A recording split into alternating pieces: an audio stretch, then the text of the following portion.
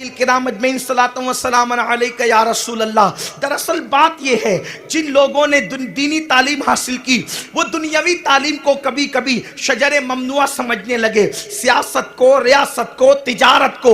یہ بھی بہت بڑی بھول ہے۔ یاد رکھیں، یہ اصل میں انگریزوں کی آمد کے بعد یہ دقیانوسیت پیدا ہوئی ہے، ورنہ اللہ اکبر ہمارا مذہب وہ ہے، اللہ اللہ۔ ہمارے مذہب میں جو قرآن کا ماہر ہوتا تھا وہی سائنس اور جغرافی کا بھی ماہر ہوتا تھا۔ آپ کیا سمجھتے ہیں؟ آپ کو نہیں پتا؟ مسلمانوں، پہلی بات تو یہ آپ اپنے دل و دماغ سے خیال نکال دے، میں اپنے بچے کو حافظ قرآن کیوں بناؤں؟ میں اپنے بچے کو عالم دین کیوں بناؤں؟ کیوں؟ اس لیے کہ عالم بناؤں گا تو اس کو مدرسے میں پڑھانا پڑے گا، حافظ بناؤں گا تو اس کو مسجد کے اندر پڑھانا پڑے گا۔ یہ تمہاری بھول ہے۔ کس نے کہہ دیا کہ ہر حافظ کے لیے امامت ضروری ہے، ہر عالم کے لیے مدرسے میں پڑھانا ضروری ہے؟ ایسا کیوں نہیں ہو سکتا؟ جو عالم دین ہو وہ کسی کورٹ کا جج بھی ہو، ایسا کیوں نہیں ہو سکتا؟ جو حافظ قرآن ہو وہ ڈاکٹر بھی ہو، ایسا کیوں نہیں ہو سکتا؟ جو مفتی ہو وہ وکالت بھی کر رہا ہو۔ اللہ کی عزت کی قسم، جس دن عالم دین جج بنے گا وہ رشوت لے کر غلط فیصلہ نہیں کرے گا، اس لیے کہ اس کے سامنے فاروق اعظم کی زندگی ہوگی، اس کے سامنے صدیق اکبر کی زندگی ہوگی۔ ہم کیوں ایک خیال میں ڈوبے ہیں؟ مولانا کیوں حافظ بنائے، کیوں عالم بنائے، کیوں مفتی بنائے، 5000 کی تنخواہ کیوں کروائے؟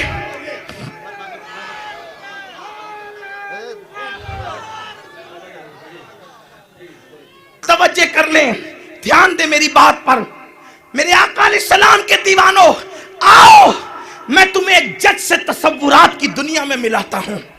ایک ایسا جج ہے جو ظہر کی اذان سے پہلے کورٹ کے اندر مقدمات کا فیصلہ کرتا ہے، اور جب ظہر کی اذان ہوتی ہے تو وہی جج کورٹ سے نکل کر مصلی امامت پر آتا ہے اور مسلمانوں کی نماز پڑھاتا ہے۔ کتنے سال پہلے کی بات ہے؟ 400 سال، 500 سال، 600 سال؟ نہیں، ابھی صرف 200 سال پہلے کی بات ہے۔ وہ ایسا جج ہے کہ عدالت کی کرسی پہ بیٹھ کے لوگوں کے فیصلے کرتا ہے، اور جب اذان ہوتی ہے ظہر کی نماز پڑھاتا ہے۔ اس جج کا نام کیا ہے؟ اسی کو دنیا مجاہد آزادی علامہ فضل خیر آبادی کے نام سے جانتی ہے۔ وہ فضل خیر آبادی ظہر سے پہلے فیصلے کرتا ہے اور ظہر کے وقت میں آ کر کے مصلی پہ امامت کرتا ہے۔ آؤ میں تمہیں ایک ایسے تراویح کے امام سے ملاتا ہوں۔ معافی چاہتا ہوں آپ لوگوں سے، واللہ تاللہ باللہ کسی کی تحقیر منظور نہیں، نہ کوئی ٹارگیٹ پر ہے۔ آپ سے معافی چاہتا ہوں، حق بات کہنا چاہتا ہوں، کڑوی لگے تو معاف کرنا، نہیں معاف کر سکتے تو بدلہ لینا۔ آج جب کوئی حافظ قرآن ٹرسٹی کے پاس جاتا ہے، میں نے رمضان شریف میں قرآن سنانا ہے، تو کچھ بے باک قسم کے لوگ ہوتے ہیں، کہتے ہیں کتنا دو گے، کتنا دو گے؟ ٹرسٹی کہتا ہے کتنا لوگے؟ پوچھیں ان اللہ والے مفتیوں سے، اللہ والے مفتیوں سے پوچھیں کہ یہ کرنا کیسا؟ ایسے کے پیچھے تو تراویح ہی نہ ہوئی۔ قرآن کی اجرت مانگنے والے کے اقتداء میں تراویح پڑھنا بھی جائز نہیں، بلکہ صدر الشریعہ نے تو یہاں تک لکھا، کیا لکھا؟ کہ اگر یہ ہے نا کہ یہاں ملتا ہے، یہاں ملتا ہے، پھر بھی پڑھاتا ہے اس تصور کے ساتھ کہ ملے گا، فرماتے ہیں اب بھی اجر اس کو کیا ملنا ہے؟ ٹھیک ہے نا، میں اس کو مکمل جملوں کو نقل نہیں کر رہا ہوں، ہو سکتا ہے کہ شاید پیمانہ لبریز ہو جائے۔ مکمل جملے اگر آپ کو دیکھنا ہے تو بار شریعت اٹھا کر کے دیکھ لیں کیا لکھا گیا ہے۔ بلکہ خود فرماتے ہیں میں نے تو برسوں تراویح جماعت کے ساتھ پڑھنے سے یا قرآن سننے سے میں محروم رہا، اسی لیے کہ دور اور حالات ایسے۔ صدر الشریعہ نے لکھا علیہ رحمت و رضوان۔ آپ سے پوچھتا ہوں یہ طے کرنے کے حالات کیوں پیدا ہوئے؟ کتنا دو گے اور کتنا لوگے؟ کیونکہ قرآن پڑھنے والے اس گھرانے کے شخص نے قرآن پڑھا